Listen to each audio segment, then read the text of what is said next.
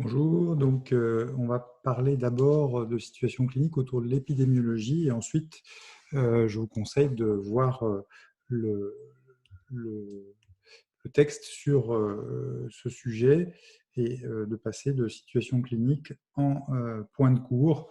À mon sens, c'est probablement la meilleure façon d'arriver à bien cerner les différents éléments autour de ce cancer de la prostate. Donc là, on a un premier élément chez un patient âgé de 85 ans. Il vient vous voir pour un diagnostic précoce du cancer de la prostate. Parmi les propositions suivantes, quelles est, où sont là où les propositions vraies? Donc je vous laisse réfléchir et je vais vous donner la réponse dans 2 secondes. Attention, on y va. Voilà. Alors, ce patient, il a 85 ans, il vient voir pour un diagnostic précoce du cancer de la prostate. Il va falloir quand même lui expliquer l'histoire naturelle du cancer de la prostate. On va lui expliquer que, eh bien, un cancer de la prostate, on le recherche à un diagnostic précoce, enfin, on le recherche à un stade précoce pour prévenir son évolution dans les 15-20 ans qui vont suivre. Alors, très clairement, quand on explique les choses de façon aussi simple aux patients, la plupart des patients de 85 ans vont d'eux-mêmes faire le calcul et se dire bah, est-ce que c'est vraiment raisonnable que j'avance là-dessus. Euh, un certain nombre va quand même demander que vous restiez dans cette démarche de diagnostic précoce. Et dans ce cas-là, c'est difficile de le refuser, mais un certain nombre va dire que finalement, ils ne le souhaitent pas. Malgré tout, moi, je vous conseille quand même de toujours faire un examen clinique, puisque le patient a fait la démarche de venir vous voir. Même si vous avez réussi à le convaincre, si vous avez à l'examen clinique l'absence de tumeur vraiment palpable, vous êtes raisonnablement sûr qu'il n'y aura pas de choses particulières. Est-ce qu'il faut aller jusqu'à prescrire un dosage de PSA? De mon point de vue, ça ne me paraît pas cohérent si vous avez réussi à convaincre le patient du fait qu'il n'y a pas de logique à le faire chez lui, car vous allez risquer de vous retrouver devant un PSA entre guillemets anormal qui derrière va vous emmener dans la démarche de diagnostic précoce. Et si c'était quelque chose qui ne vous paraît pas utile, et ça n'est pas utile à cet âge, eh bien, il vaut mieux éviter de se retrouver dans cette espèce de démarche de fuite en avant qui va amener à faire une IRM, qui va amener à discuter des biopsies de la prostate. Alors, deuxième situation, un patient de 49 ans, je vous laisse lire les items ici, et vous allez répondre ensuite au QRM suivant avec une ou plusieurs réponses justes. Est-ce que le patient est candidat à un dépistage systématique, dépistage de masse, dépistage individuel précoce, consultation d'oncogénétique, recherche de mutation génétique? Je vous laisse réfléchir et je vais vous donner les réponses maintenant.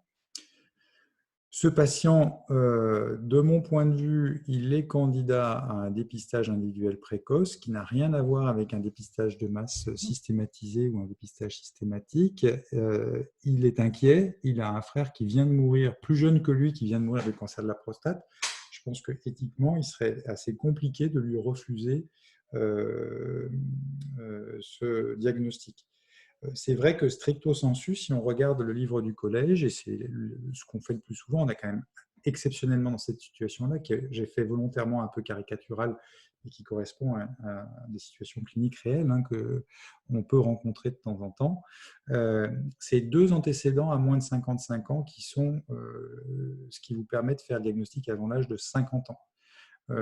Un seul facteur de risque, normalement, un seul patient atteint avant l'âge de 55 ans, normalement, vous n'êtes pas dans une démarche de diagnostic individuel précoce en théorie, mais là, avec un âge aussi bas, avec un cancer diagnostiqué au stade d'emblée métastatique, ce qui est tout à fait exceptionnel, à mon sens, le patient pourrait être candidat à cela. Et bien sûr, il faudra penser à une consultation d'oncogénétique, puisque ce sont des situations tout à fait exceptionnelles. On ne recherche pas pour l'instant forcément des mutations génétiques a priori.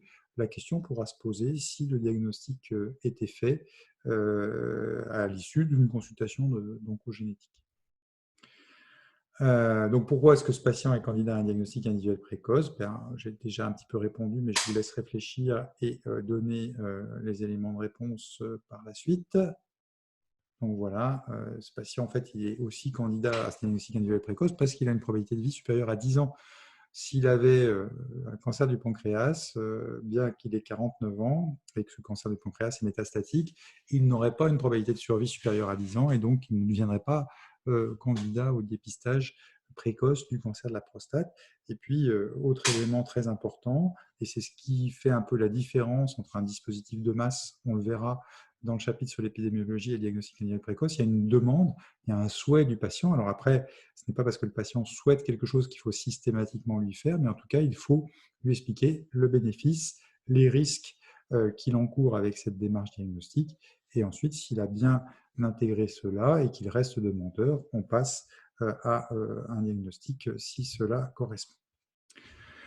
Alors là encore, une situation réelle, observée, un patient de 42 ans qui n'avait pas d'antécédent particulier, et puis suite à un épisode urinaire fébrile, on lui fait un diagnostic selon les modalités que je vous décris ici. Donc je vous laisse réfléchir à cette situation clinique et parmi les suivantes, où sont là où les propositions auraient chez ce patient, comment est-ce qu'on va aborder la consultation? Je vous laisse réfléchir. Voici la réponse. Chez ce patient, comme le second, comme le premier, je crois que c'est très très important d'avoir une version pédagogique à la consultation. Et donc, on va lui expliquer l'histoire naturelle du cancer de la prostate et le fait qu'une lésion toute petite comme celle qu'il a pourra peut-être ne jamais évoluer. On va lui expliquer qu'on peut attendre plusieurs mois, voire plusieurs années, voire dans son cas particulier, puisque le diagnostic a été fait, là je dirais en dehors des recommandations, puisque ça a été fait au décours d'un épisode infectieux, peut-être que les biopsies n'ont pas été vraiment interprétées de façon pertinente puisqu'on était au décours de cet épisode infectieux. Est-ce que finalement il aura un vrai risque d'évolution? Ce n'est absolument pas certain, et donc on sera dans une surveillance active qui est vraiment le standard, malgré son jeune âge. C'était pour ça que je vous présente cette situation clinique.